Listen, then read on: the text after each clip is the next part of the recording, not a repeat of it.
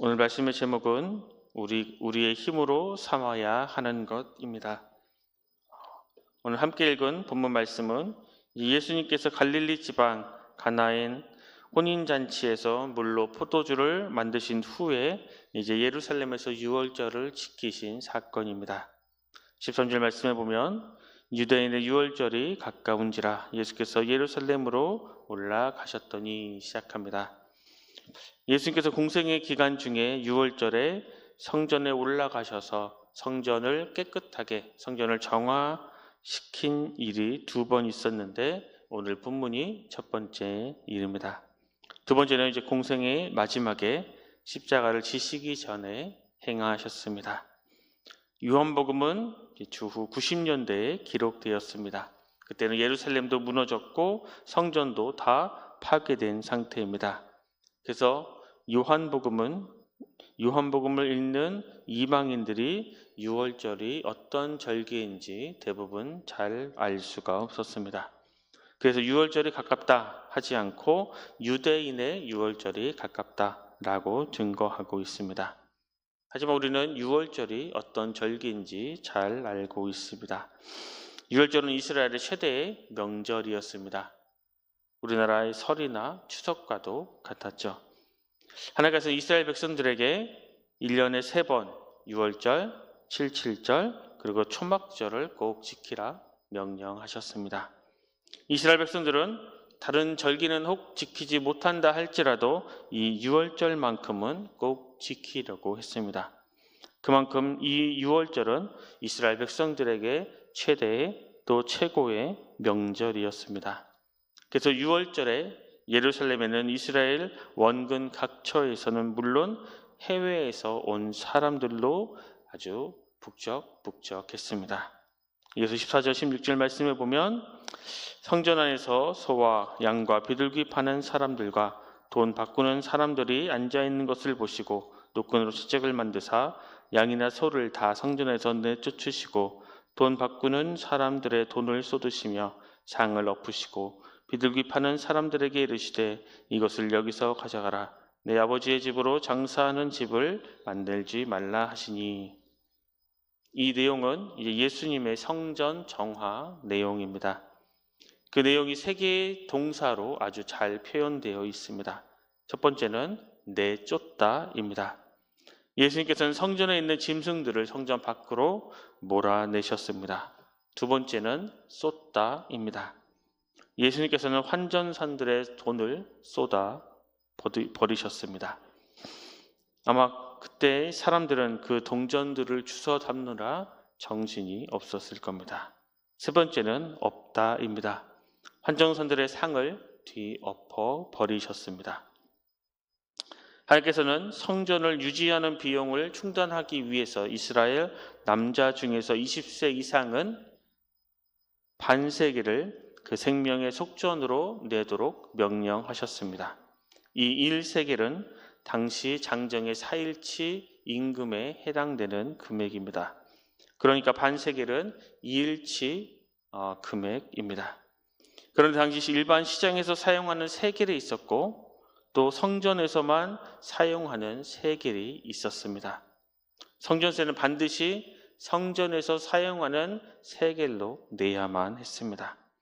그래서 환전상들은 과도하게 많은 수수료를 받고 일반 세겔을 성전 세겔로 바꾸어 주었습니다. 우리 주님께서는 그 사람들의 돈을 쏟고 상을 엎어 버리신 것입니다. 또한 사람들이 성전으로 올라간 가장 큰 이유는 바로 자신의 죄를 사하기 위해 제물을 드리기 위함이었습니다. 그리고 제물로 드릴 짐승은 흠이 있으면 안 됐죠. 그런데 외부에서 짐승을 가지고 오면 검사료를 내야 했고 또 검사관들이 온갖 구실을 대어 결함을 찾아내고 성전 제사용으로는 불가하다라는 판결을 내려 되돌려 버리기가 일쑤였습니다. 그래서 사람들은 어쩔 수 없이 성전 안에서 파는 짐승을 살 수밖에 없었습니다. 그런데 성전 밖의 짐승 가격과 그 안의 짐승 가격의 차이는 무려 20배에 차이가 났습니다. 그러니까 10,000원짜리 비둘기 한 마리가 20만 원, 또 20만 원짜리 양 한 마리가 400만 원으로 둔갑하는 것이었습니다. 그래서 우리 주님께서는 내 아버지의 집으로 장사하는 집을 만들지 말라 하고 말씀하셨습니다.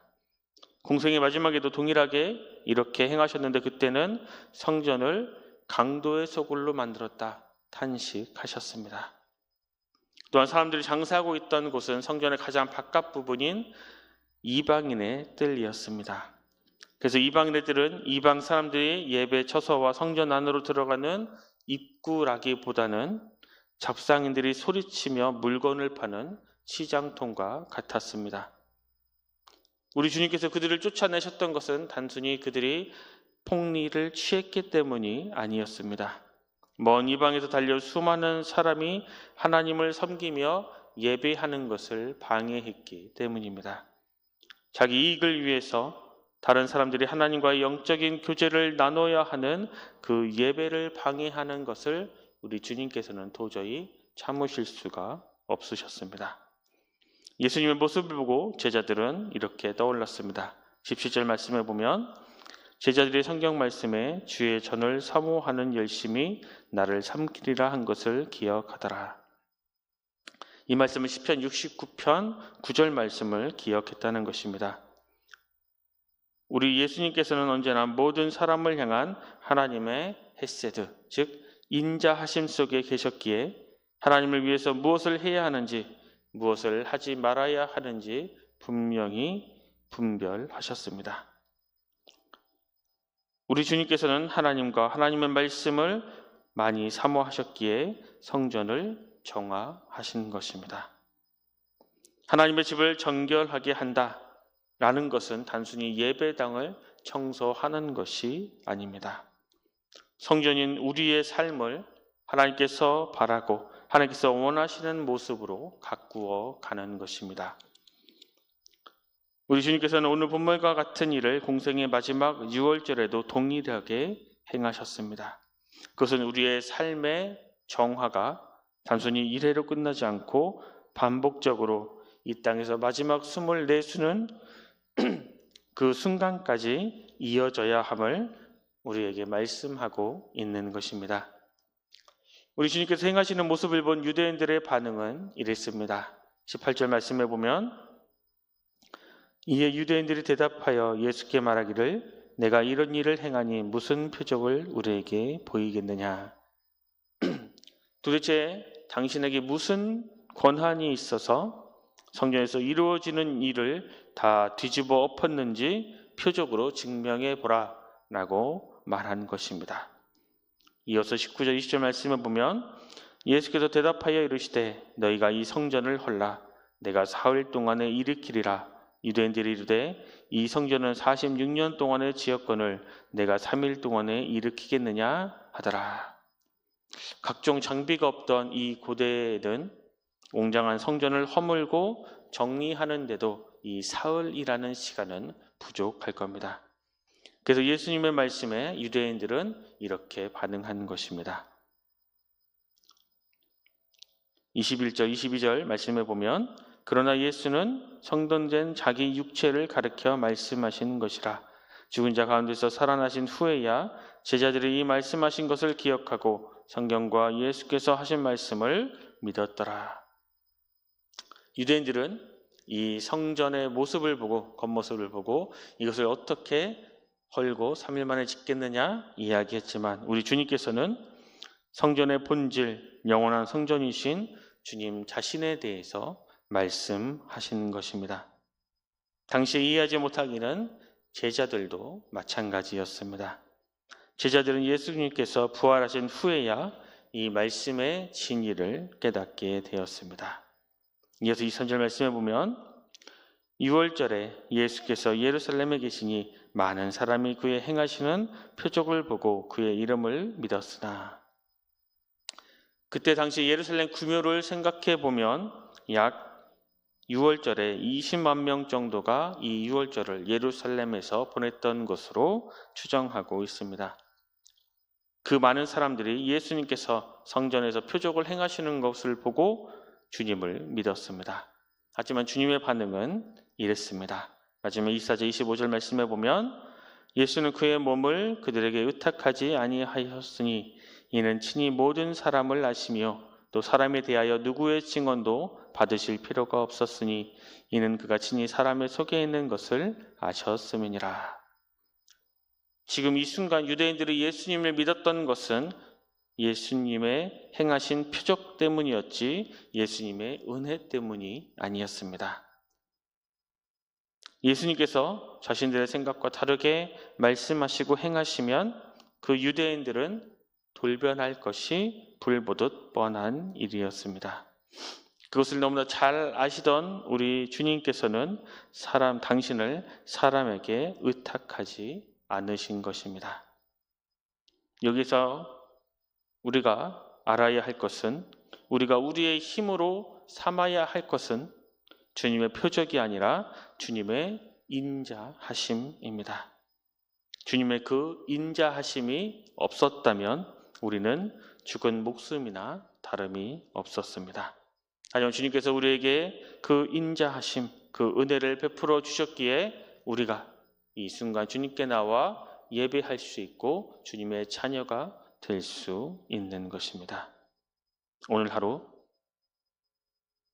우리에게 인자하심을 베푸시는 그 하나님을 바라고 의지하며 주님의 그 인자하심으로 오늘 하루를 살아가며 오늘 하루를 살아내는 모든 성도님들 되시길 간절히 소망합니다. 기도하겠습니다. 하나님, 그때 당시에 사람들은 46년 동안이나 지어지고 있던 그 웅장한 건물이 성전이라고 생각했습니다. 하지만 진정한 성전은 주님이시고 또한 우리 자신이 성전임을 잊지 않게 하여 주시옵소서. 그래서 성전이 오염되고 성전이 타락했다면 건물이 오염되거나 건물이 낡은 것이 아니라 성전인 우리가 오염되고 우리가 타락한 것임을 잊지 않게 하여 주시옵소서. 우리의 매일이 주님의 표적을 목적 삼거나 힘으로 여기지 않게 하시고 주님의 인자하심을 목적 삼고 그것을 힘입어 살아가게 하여 주시옵소서. 그래서 성전인 우리의 인생이 어제보다 오늘보다 내일이 더 거룩하고 더 구별된 그러한 거룩하고 복된 삶을 살아가게 하여 주시옵소서. 모두가 감사드리며 귀하신 예수 그리스도 이름으로 간절히 기도드립니다. 아멘.